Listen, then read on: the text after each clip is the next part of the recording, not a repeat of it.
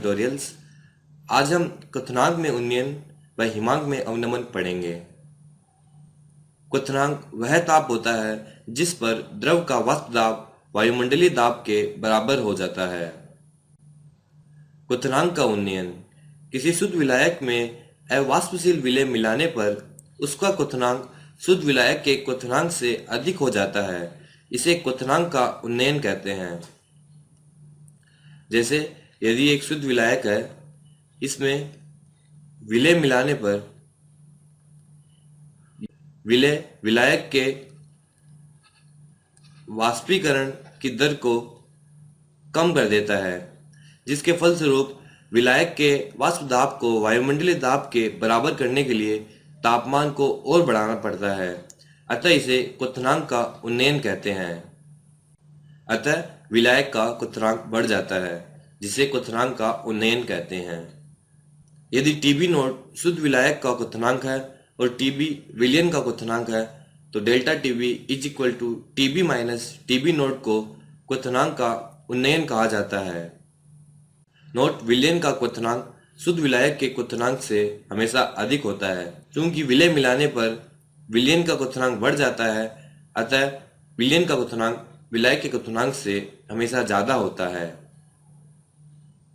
तनु विलयन में क्वथनांक का उन्नयन डेल्टा टीबी विलयन में उपस्थित विलेय की मोलल सांद्रता के समानुपाती होता है, अर्थात delta TB proportional to M, अर्थात delta TB is equal to KB into M. KB को क्वथनांक उन्नयन स्थिरांक या मोलर उन्नयन स्थिरांक कहते हैं। एम मोललता इज इक्वल टू विलेय के मोल, विलेय का भार अपॉन विलेय का अणुभार अपॉन विलायक का भार ग्राम में into 1000 is equal to 1000 into W2 upon M2 into W1 होता है, जहाँ M2 विलेय का मोलर द्रव्यमान है ग्राम में तथा W2 विलेय का द्रव्यमान ग्राम में तथा W1 विलायक का ग्राम में द्रव्यमान होता है।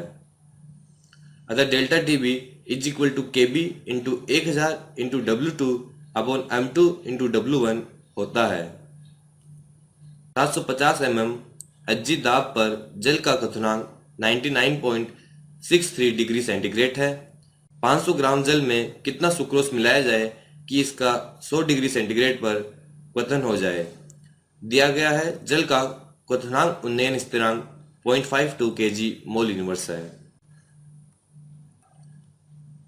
Delta TB is equal to KB into 1000 into विलेय का द्रव्यमान अपॉन विलेय का मोलर भार इंटू विलायक का द्रव्यमान। विलेय सुक्रोज का सूत्र C12H22O11 होता है तथा इसका अणुभार 342 ग्राम पर मोल होता है। अतः इक्वेशन में मान रखने पर delta TB is equal to 100 minus 99.63 is equal to KB into 1000 into W2 upon M2 into W1। W2 is equal to 100 minus 99.63 into 342 into 500 upon 0.52 into 1000। W2 is equal to 121.67 gram. हिमांक का अवनमन। हिमांक बिंदु किसी नियत बाह्य दाब के विरुद्ध जिस दाब पर ठोस एवं द्रव आपस में साम्यावस्था में आ जाते हैं, उसे हिमांक बिंदु कहते हैं। TF नोट शुद्ध विलायक का हिमांक बिंदु है तथा TF विलयन का हिमांक बिंदु है। अतः हिमांक में कमी delta TF is equal to TF naught minus TF को हिमांक का अवनमन कहते हैं। तनु विलयन का हिमांक अवनमन विलयन की मोललता m के समानुपाती होता है। अतः delta TF proportional to m, delta TF is equal to KF into m। KF को हिमांक अवनमन स्थिरांक मोलन उन्नयन स्थिरांक या क्रायोस्कोपिक स्थिरांक कहते हैं। के का मात्रक केल्विन केजी मोल इनवर्स होता है। केएफ का मान विलायक की प्रकृति पर निर्भर करता है। Delta T F is equal to K F into M. यहाँ एम को हम विलय के मोल अपॉन विलायक का द्रव्यमान ग्राम में इंटू 1000 लिख सकते हैं। अतः delta T F is equal to W2 into 1000 upon M2 into W1 होता है। दो तत्व A व B मिलकर AB2 एवं AB4 सूत्र वाले दो यौगिक बनाते हैं। 20 ग्राम बेंजीन में घोलने पर 1 ग्राम AB2 हिमांक को 2.3 केल्विन अवनमित करता है, जबकि 1 ग्राम AB4 से 1.3 केल्विन का अवनमन होता है। बेंजीन के लिए मोलर अवनमन स्थिरांक 5.1 केल्विन केजी मोल इनवर्स है। ए व बी के परमाणुीय द्रव्यमान की गणना कीजिए। Answer delta T F is equal to K F into 1000 into विलय का द्रव्यमान अपॉन विलय का मोलर भार इंटू विलायक का द्रव्यमान होता है। अतः विलय का मोलर भार is equal to K F into 1000 into W2 upon delta T F into W1। अब AB2 के लिए M2 is equal to K F into 1000 into 1 upon delta T F 2.3 into विलायक का द्रव्यमान 20 ग्राम।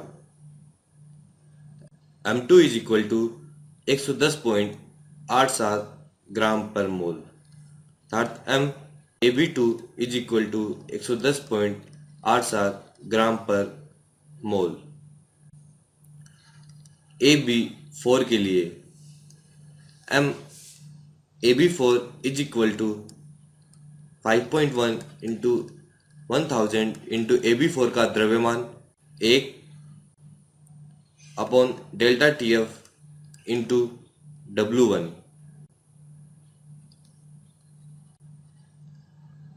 AB4 is equal to